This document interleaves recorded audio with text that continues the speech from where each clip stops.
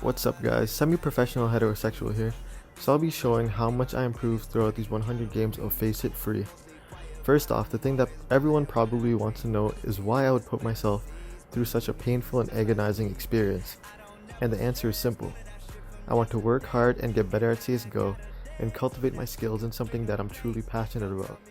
Hopefully the audience and the people around me will feel my passion and ever-burning love for content creating and understand the hard work and patience I put into creating the best content I can, the people I love. And views, of course.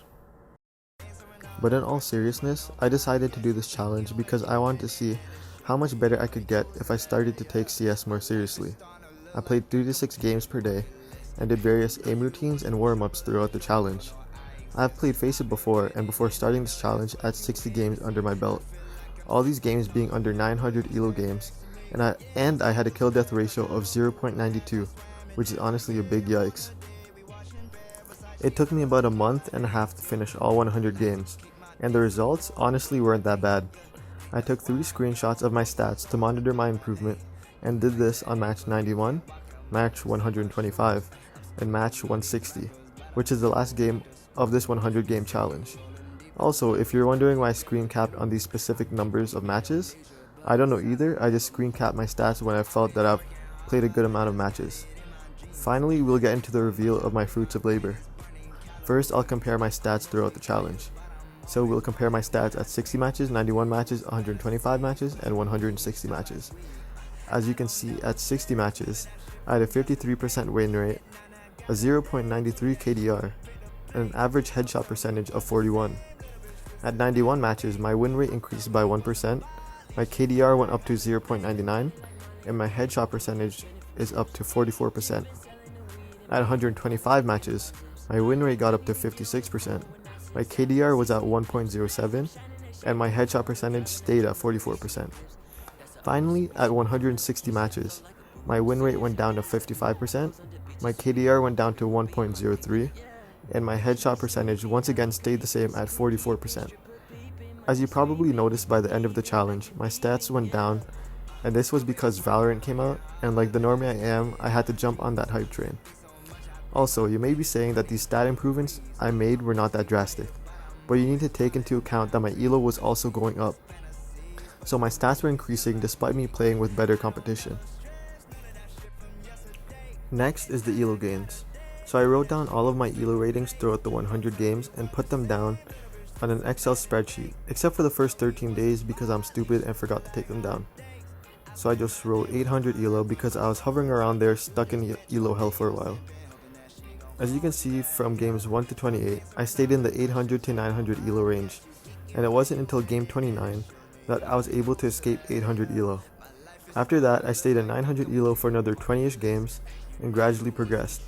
I was finally able to break the 1000 elo barrier at game 44. After another 20ish games, I got to 1100 elo on my 64th match, and by now you should notice a trend. It takes me around 20 games to gain 100 elo, which I found to be pretty interesting. After 1100, however, I was able to reach 1200 in 9 games, and I peaked at 1272 on my 77th game. What's interesting is that this was when my kill death ratio was at the highest. I believe that if I continued to be consistent and continued to play around 80 hours in 2 weeks, I would have gotten even better results. But I didn't, and my hours went down from 80 in 2 weeks to like 30 in 2 weeks. And this resulted in my elo slowly drifting down to 1143 on my final game, which honestly for me isn't that bad. I started at 800 elo, I peaked at 1272, which is a gain of 472 elo, and I ended on 1143, which is 343 elo gained, which I believe to be pretty respectable. The next part of the video, I'll be sharing tips on how I was able to improve in such a short amount of time. Because when I started this video, I only had around 700 hours total in CSGO, and after this challenge, I had around 850 hours.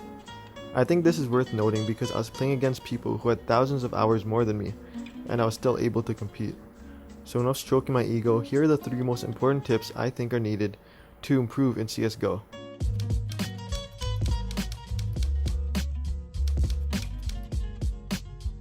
Also, each tip is sort of connected, so it's best to listen to all three.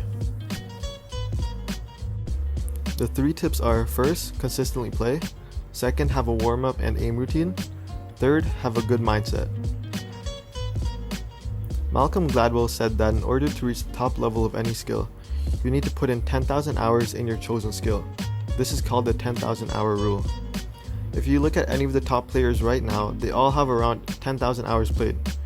In this interview done by Bedway Esports, they interviewed the amount of hours put into CSGO by the pros, and the hours they said were around 7,000 to 10,000.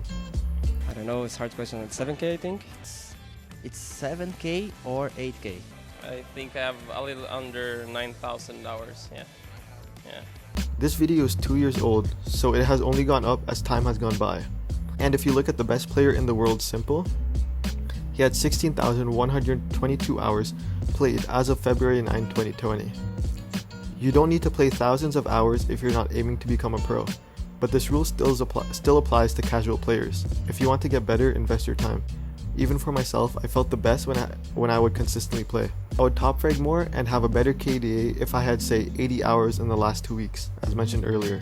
Investing time into something will eventually garner results no matter what skill you are looking to pursue.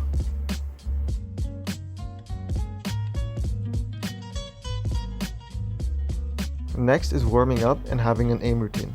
Consistently playing is very important, but I think using that time wisely is as important or even more important in improving.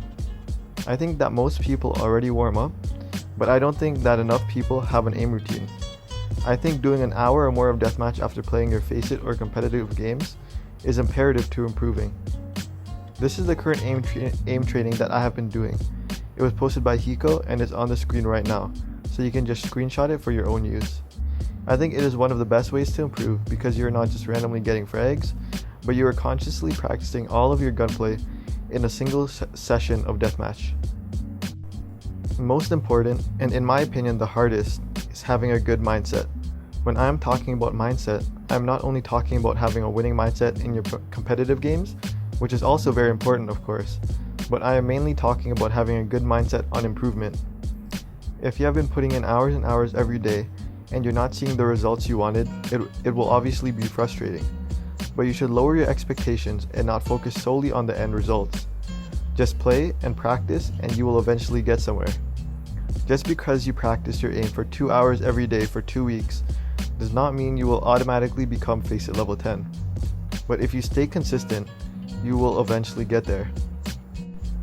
For example, I was stuck in level 1 for 29 games.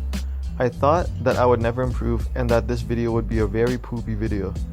But I kept going and I hit level 5 in just a month. A quote I think that embodies this mindset is a quote by Jacob Rees. Look at a stonecutter hammering away at his rock, perhaps 100 times without as much as a crack showing in it. Yet at the 101st blow, it will split in two. And I know it was not the last blow that did it, but all that had gone before. In this case, you are the stonecutter. Maybe the first 100 days of practice it showed no results, but then miraculously, on the 101st day you get results.